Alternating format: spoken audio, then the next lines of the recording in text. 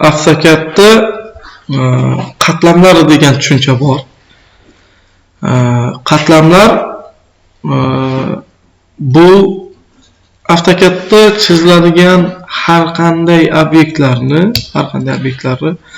alohida ko'rish uchun va ularni tahlil qilish uchun AutoCAD bizga demak qatlamlar degan xususiyatlarni bizga taqdim etadi. Endi qatlamlarda mana shu chizmaga qaraydigan bo'lsak, nechta obyekt bor? Birinchi sahifani chekkasi bor.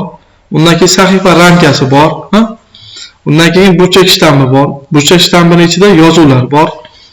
Asosiy demak biza sahifani ramkasini markaziga nimani joylashtirdik? O'zimizni chizmamizni joylashtirdik. Endi biz mana shu berilayotgan ekranda berilayotgan mana shu chizmalarni mana bu sahifaning chekkasini alohida biz qatlamni qarasak bo'ladi. Mana bu ichki ramkani ham alohida qatlam desak bo'ladi. Burchak shtampini alohida qatlam deb qarasak bo'ladi. Yokida ichidagi yozuvlar berilyapti. Yozuvlarni alohida qatlam deb qarasak bo'ladi. Undan keyin chizmani o'zini ham biz bir nechta qatlamlarga ajratsak bo'ladi. Ramka alohida, bu demak asosiy chizma, demak chap tomondagi chizma kvadratlar alohida qatlam yoki buni demak alohida qatlam. Qatlam degani bir nechta demak obyektlarni alohida chizib birlashtirishi alohida chizilgan demak obyektlarni biz qatlamlar deymiz. Qatlamlar. Endi qatlamlar mana bu AutoCAD'da menyulari ichidagi o'sha layers panelida joylashadi bu qatlamlar. Mana bu yerda hozir qatlamni boshqarish nimasi bor mana. Mana bu yerda qora rangdagi 0 degan nimani ko'ryapmiz. Yozuv ko'ryapmiz. Uni yonida kelgan lampochkaga o'xshagan belgi bor. Quyoshga o'xshagan qanaqangi belgi bor yoki to'rtburchak tagida qanaqangi belgi bor, undan keyin qulf belgisi bor. Mana shular qatlamlarni boshqarish uchun foydalaniladigan belgilar bular. Mana bu lampochkani bosadigan bo'lsangiz, endi biz qatlamni yaratishni ko'rib chiqamiz. Qatlamni yaratish uchun o'sha layersdan layer properties degan bo'limi bor. Ya'ni qatlam nimasi to'g'ridan to'g'ri tarjima qiladigan bo'lsak, xususiyatlari degan ma'noni bildiradi. Mana shuni bosganimizda mana bunaqangi oyna ochiladi. Mana oyna ochilyapti. Bu demak qatlamning nimasi bu? Xususiyatlari bu. Bir nechta demak qatlamlari mana shu yerda, mana shu oynada biz yaratishimiz mumkin bo'ladi. Endi nimalarni yaratsak bo'ladi? Hozir hamma obyekt qayerda joylashyapti? 0 da joylashyapti. Mana 0 degan qatlamda joylashyapti. Mana bu yerda statusi bor. Status degani bu o'sha 0 qatlamlangan qatlam tanlanganligini bildiradi. Mana tagida def points bor. Biz mana bu yerdan def points tanlab qo'yadigan bu status endi mana bunga o'tadi. Def pointsga o'tish kerak. Nomi 0. Mana bu 0 degan tizim tomonidan beriladigan qatlam nomi bu. Buni o'zgartirib bo'lmaydi, lekin mana def points'i nomini, name nomini o'zgartirishingiz mumkin bo'ladi. Mana shunga ham bu ikkinchi demak o'zi tomonidan AutoCAD tomonidan ochib berilgan qatlam bu. Bunga nima saqlasak bo'ladi? Alohida ramka bilan keling, ramka bilan burchak shtambi mana shu alohida qatlamga nima qilaylik? Saqlab qo'yamiz. Mana def points'i nomini o'zgartiramiz. Def points nomini o belgilab turib o'ng tomonni bosamizda rename layer'ga bosamiz. Endi mana shu yerda biz qatlamning nomini kiritsak bo'ladi. Nima deb kiritamiz? Ramka deymiz. Ramka va burchak nuqta shtambi. Shtambi. Endi mana yozdim. Bu alohida nima bo'ldi endi? Qatlam bo'ldi bu. Hali buning ichida hech nima yo'q. Ya'ni mana shu qatlamning ichiga hech qanday chizmani saqlamadik biz. Detallar. Hamma detallar qayerda joylashyapti? 0 ichida joylashyapti.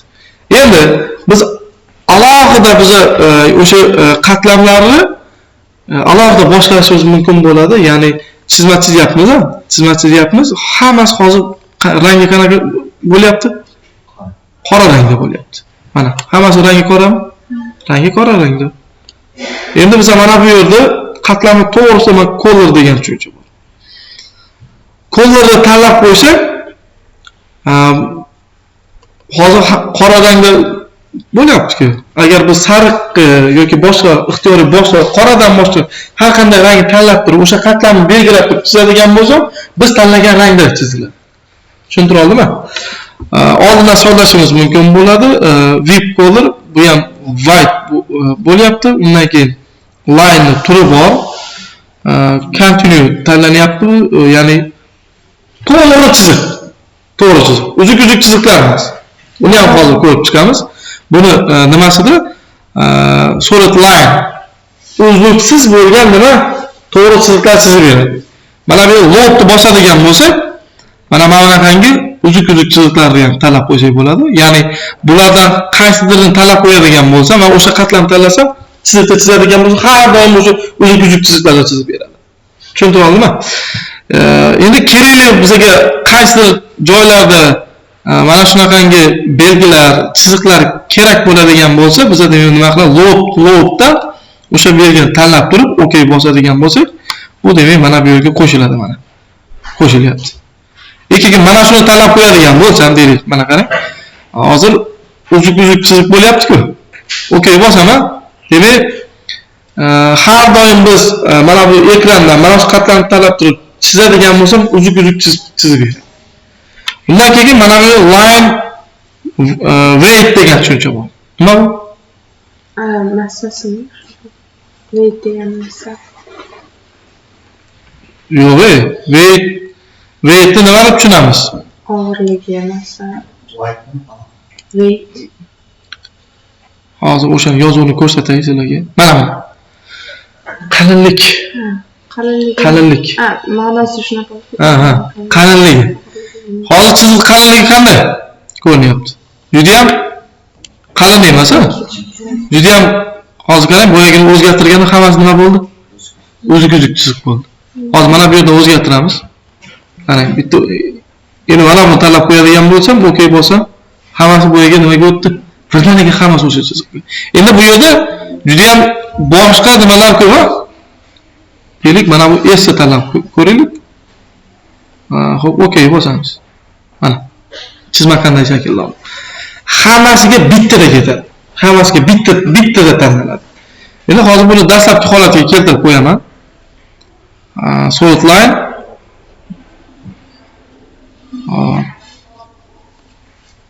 Vipga ham o'tamizda solid line'ni tanlab qo'yamiz. Line weight. Hozir default standart desak bo'ladi. Ya'ni o'zi tomonidan standart, ya'ni AutoCAD tomonidan standart taklif etiladigan chiziq qalinligi. Juda ham nima emas bu yerda, qalin emas. Undan tashqari 0.0 mm ga. 0.0 mm qalinlik. Qalinligi 0.05 yokida mana bu yerda nechigacha bor? 2.1 mm gacha bor. 2.1 mm. Hozir demak 2 mm qilib tanlasa nima bo'ladi?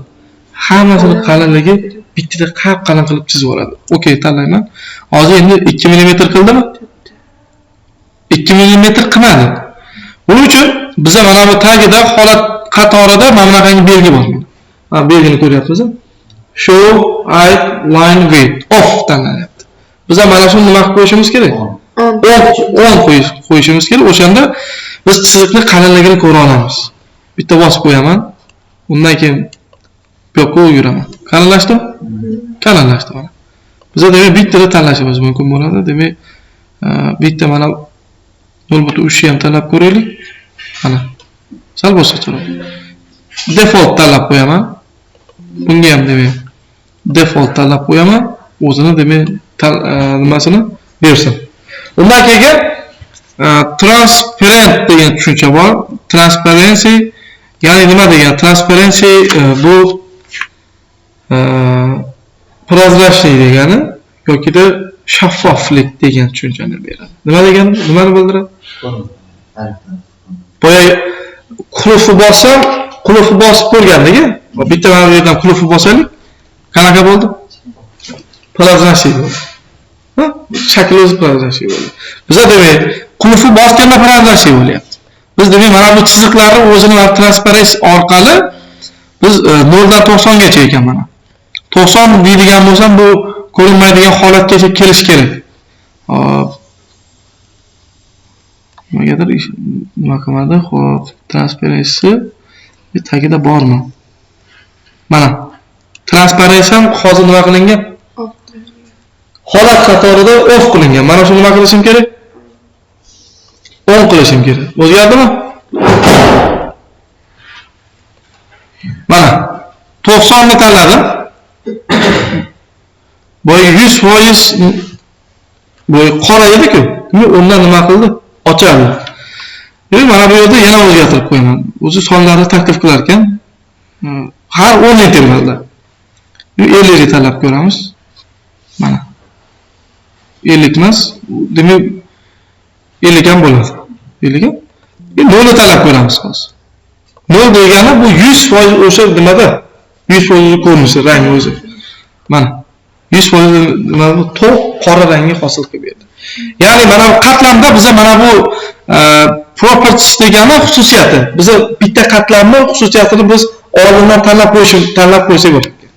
Oldindan tanlab qo'yadigan bo'lsak, biz o'sha ustida amal bajaradigan rangni ham, prozrachligini ham, qalinligini ham nima qilaman? Oldindan tanlab qo'ysam bo'lar ekan. Bu o'sha nimaga tegishli bo'ladi? Qatlamga tegishli bo'ladi. Xo'p, endi ramka burchak shtamini ramka ochib, undan tashqari yana nima ochsam bo'ladi? Qatlam. Qanday qatlam ochsam bo'ladi? Yana qanday qatlam ochsam bo'ladi? Mana bu yerda qatlamni sajdat qilish uchun mana bu qatlam belgisi bor mana. Mana har xil mana nimalar ustma-ust turibdi-da. Ustma-ust turibdi. Bu degani qatlam degan ma'noni bildiradi. Mana bunaqa shaklda turibdi. Qog'ozda hozir nima ketma-ket turibdi. Bular qatlamlar. Qatlamlar. Yana qanaqa qatlam olsam buni? Qatlam olishni ma'lum bosaman. New yoki da qisqacha klaviaturada alt endi bosam, yangi qatlam sajdat qilib beradi. Yana qanaqa qatlam hosil qilsam bo'ladi? Alohida. Markazdan chizma. Bu yerga markazdagi chizma. Buni bosamiz, mana bu yerga layer 1 deb hosil qilib beradi. Nima deymiz? Nima? Chizmalar desam bo'ladimi? Bu boyagi o'zimizni nimada ramkaning ichida chizadigan chizmalarimiz. Mana shu alohida qatlam bo'lsa, yana qanaqa olsam bo'ladi?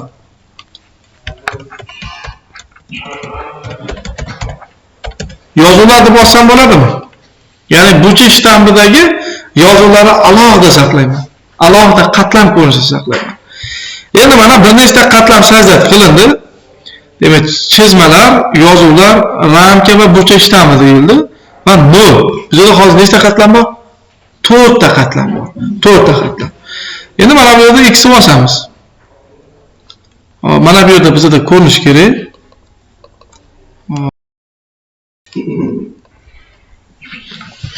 Xo'p, rang modellarini bitta ko'ramiz. Demak, rang modellarida bizda listirovkadagi kvadrat o'lchamlari qanaqa edi? Demak, 50 edi. 50 ga necha?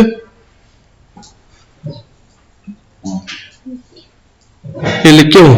Demak, har nechadan oralig'i interval nechadan bo'ldi? 33 ga 50 mi? 33 ga 50. Hop, 33 deb yozaman, bitta kvadrat. Aha. Buni moslashda ko'paytirib olaman.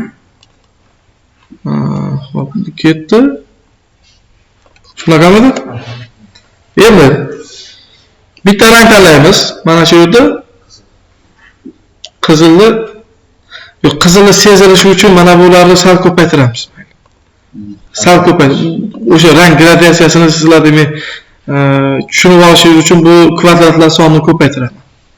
Hozir nechta bo'ldi interval? 6 interval bo'ldi.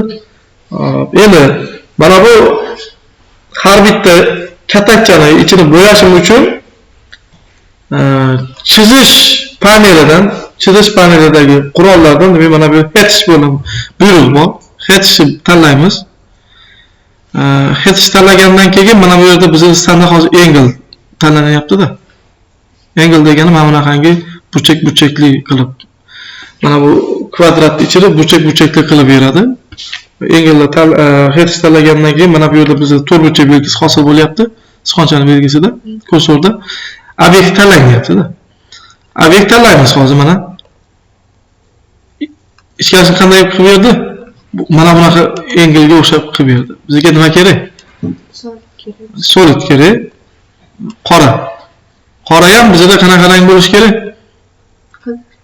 Qizil bo'lishi kerak. Mana bu yerda qizil rang bormi? Ko'ramiz. Mana bu yerda bir nechta ranglar beradi. More colors-ga o'tamiz. Endi index color bor. Undan keyin true color bor, color books bor. Mana bu nimaga o'tamiz biz? Mana true colorga o'tamiz. Color modelini nimaga o'zgartirib XSL ekan, RGB ga o'tkazib qo'yamiz. RGB o'tkazib qo'ydik. Mana bu yerda red alohida mana. Nima ketish uchun? Hozir 0 tanlanyapti-ku. Hammasi red ham 0, green ham 0, blue ham 0 qanaqa rang hosil bo'lyapti? Qora. Endi o'shani keling hammasini 255 qilib ko'ramiz. 255 qanaqa rang hosil bo'ladi bo'lish? 255 qanaqa rang? 255 oq rang. Oq rang. Kodi white qo'yingizlar ekan. 255 bo'ladigan bo'lsa, kodlari oq rang. Hammasi 0 bo'lsa nima bo'ldi? Qora rang hosil bo'ldi. Hop. Mana. Hop. Mana shu yerda to'pdan oshga tomon ketamiz, pastga. Nechta hozir nima bor? Oraliq bor bizda? Hop, 6 ta oraliq. 0 dan 255 gacha, demak 6 ta oraliqqa ajratishim kerak. 6 ta oraliq. Qanday ajrataman? 255 ni 6 ga bo'lamiz. Nechadan tushadi?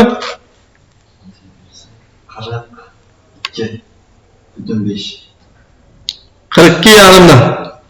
6 ta oraliqda 42 yarimdan tushdimi? 30 0, 13 5 42 yarimdan tushar ekan. Endi mana bu kvadratni qizil rangga bo'layman. 100% qizil rangga. 100%.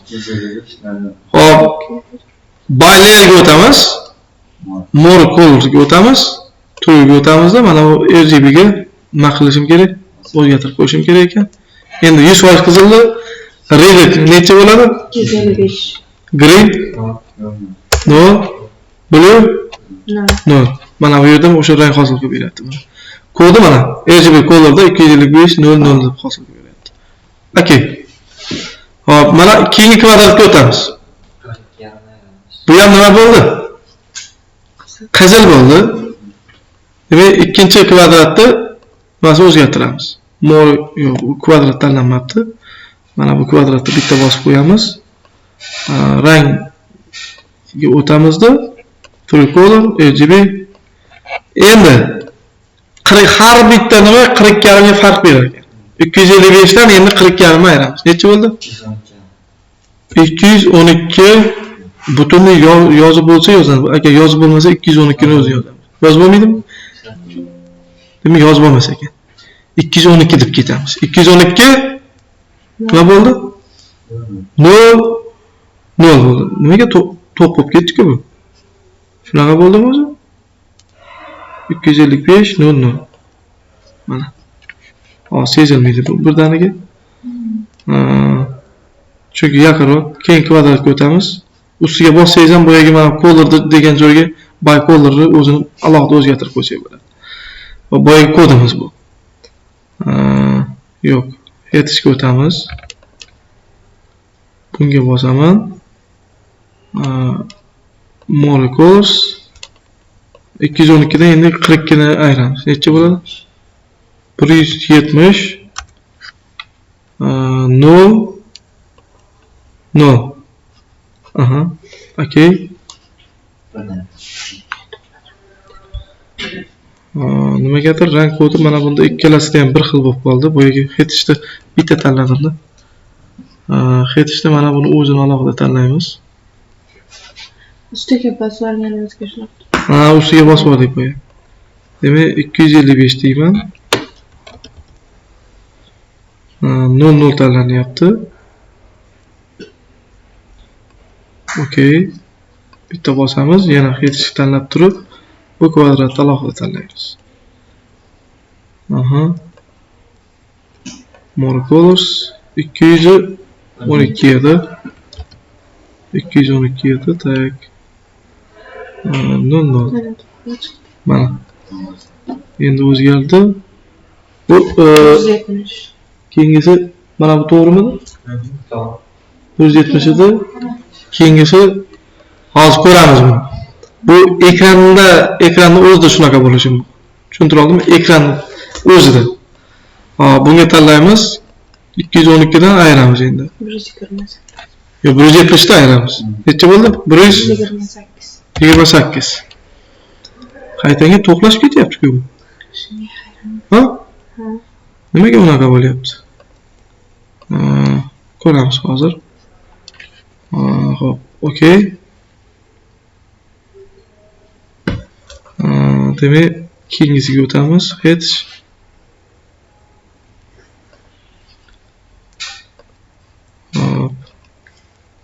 Necha bo'ladi? 186.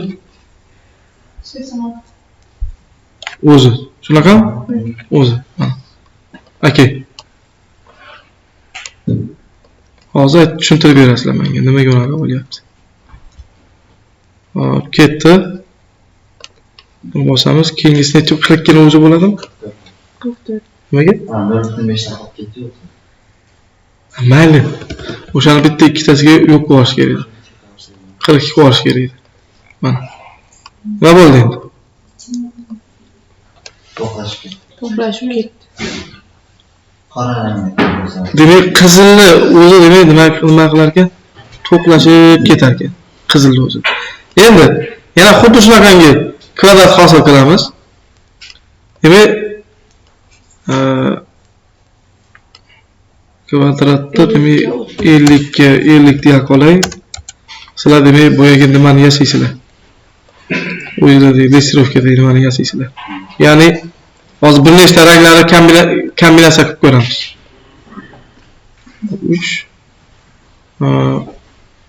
3 ta rang qo'shiladi, keyin uchalasi ham qo'shiladi. Shunaqamidi? Xuddi shunaqa edi. Hechga bosamiz. Hop, mana bu yerga birinchi kvadratni belgilayman. Hozir boyagi oxirgi nima rang tanlanyapti? More color'ga o'taman. Birinchi kvadratda qaysi ranglar qo'shiladi? Ikkita rang? Qizil bilan yashil. Qizil bilan yashil. Qizil bilan yashil. Kodi qanaqa bo'ladi? 122. Green ham 122. Bo'lmi? Mana. Ikkita rang qo'shilsa.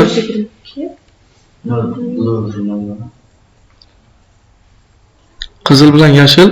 Shunaqa, ha. 255 0 va 0 255 0. Ikkalasini qo'shib 2 ga bo'ladigan bo'lsak, 122 122 0 bo'ladi. Yashil bilan hozir qizil nimasi? Aralashmasi bu hozir. Mana shunaqa rang hosil bo'lyapti. Sizlarda ham boyagi qo'lda shunaqa rang hosil bo'lishi kerak. Lekin u nimaga bog'liq dedik? Qo'lda konsentratsiyaga bog'liq dedik. Keyingisi qaysi? Ikkita rang. Qizil bilan sariq. Qizil bilan Ko'k. Qizil bilan ko'k. Necha bo'ladi shunda ko'k? 122. Buni 0 qilsam bo'ldi. Mana buni 122 qilaman. Mana. Mana shunaqa rang hosil bo'lishi kerak. Bu konsentratsiyasini ikkalasi ham 100% deb qabul qilganda. Hop, keyingi 122. Ko'k bilan yashil. Ko'k bilan yashil. 0 122 teskari ekan bu qizilga. Hop, 0 qilamiz. Green 122, blue demak 122. Mana. Uchala rangni qo'shsak hozir. Keyingisi Uchalasini. Uchalasini ko'rsak qanaqa rang hosil bo'ladi? Buni olamiz. Hammasi 85 dan to'g'ri kelar ekan. 85 ga 85 85. Shunaqami? Mana. Mana. Bu boshqacharoq rang bu. Mana uchala rang hosil qilganda 1080 uchala rang yo'q to'xtab turing. 255 ni 3 ga bo'ldikmi? 85 bo'ladimi? Ha, shu xuddi shunaqa. Endi qarang, mana shu yerda yana tushunarli bo'lishi uchun yana oraliqlarga yana bitta interval qo'shaman. Kvadrat qo'shaman. Hop. Mana. Hozir rangni buni qo'shamiz. Buni qo'shamiz. Undan keyin bu bilan bu piramida hosil qilaylik. Mana bunday. Nima qilamiz endi? Bu bilan hosil qilingan ranglarni ikkalasini ko'rsak nima hosil bo'ladi? Hop, bu 122 122 nol. Bu 122 nol 122. Uchalasini biz 22 qilamiz shuni. Yo'q. Hop, mana birinchisi ritmi qiymati necha bo'ladi? 122 122 bo'ladi. 122 61 undan keyin 61 bo'ladi. Mana bu yerga hozir ikkita va 3 ta rangni, ikkita rang qo'shdik-ku. O'shani ikkalasini qo'shsak qanaqa rang hosil bo'ladi? Ko'ramiz. 122 61 61 bo'ladi. Xuddi shunaqa. Bosamiz. Demak, bunga o'tamiz. Yozamiz. 122 rit. Demak, 61 va 61. Mana ikkita rang. Mana shu hosil bo'lgan ikkita rang qo'shsak, mana bunaqa rang hosil bo'lyapti. Endi bu bilan bo'lib qo'shsak qanaqa bo'ladi? Bu 0 122 122 ekan. Bu 122 0 122 ekan. 61 61 122. Shunaqa bo'ladimi? Aha, xuddi shunaqa. 61 61 122 bo'ladi. Belgilaymiz. Buni xuddi shunaqani teskarasi ekan. 61 61 demak 122. Mana. Yangi rang. Hop, bu bilan buni qo'shsak nima hosil bo'ladi? 0 122 122 mana bu 85 85 85. Birinchisini 85 yarmi bo'ladi. 42 42 keyingisi red 42 bo'ldi. Green 122 ga 85 qo'shib 2 ga bo'ladi. 103. Keyingisi ham 103. Mana. Boshqachami? Boshqacha rang. Endi bu bilan buni. Umuman rang modellarini tushundikmi? Mana o'sha uchun aytilyaptiki, 3 ta rangdan xohlagancha hosil qilish mumkin-da. Mana hosil qilingan rangdan mana hosil bo'lyapti. Mana shu rangga kerak bo'lsa 100% qizilni qo'shib olishingiz mumkin-da, boshqa rang hosil qilishingiz. Mana bularga sariq aralashtirish mumkin. Yashilni, ko'kni, umuman millionta rang hosil qilib bo'lib ketadi-da. Tushuntiribmi? O'shaning uchun asosiy rang deb qaraladi RGB. Asosiy rang. Hayotda ham xuddi shunaqa. Hayotda ham boy ranglarni, kerakli rangni demak biz o'sha 3 ta qizilni, yashilni, ko'kni aralashtirish orqali xohlagan rangni hosil qilsak bo'ladi. Bu rang modellari edi. Xo'p, xuddi shu tarzda sizlar o'yaga qo'lda qilingan ishni, demak, o'lchamlari bo'yicha endi men bu yerda kvadratlar ko'paytirdim. Nima uchun? Sizlarda tushuncha hosil bo'lishi uchun. Sizlarda demak mana bu yerda 3 ta bo'ladi.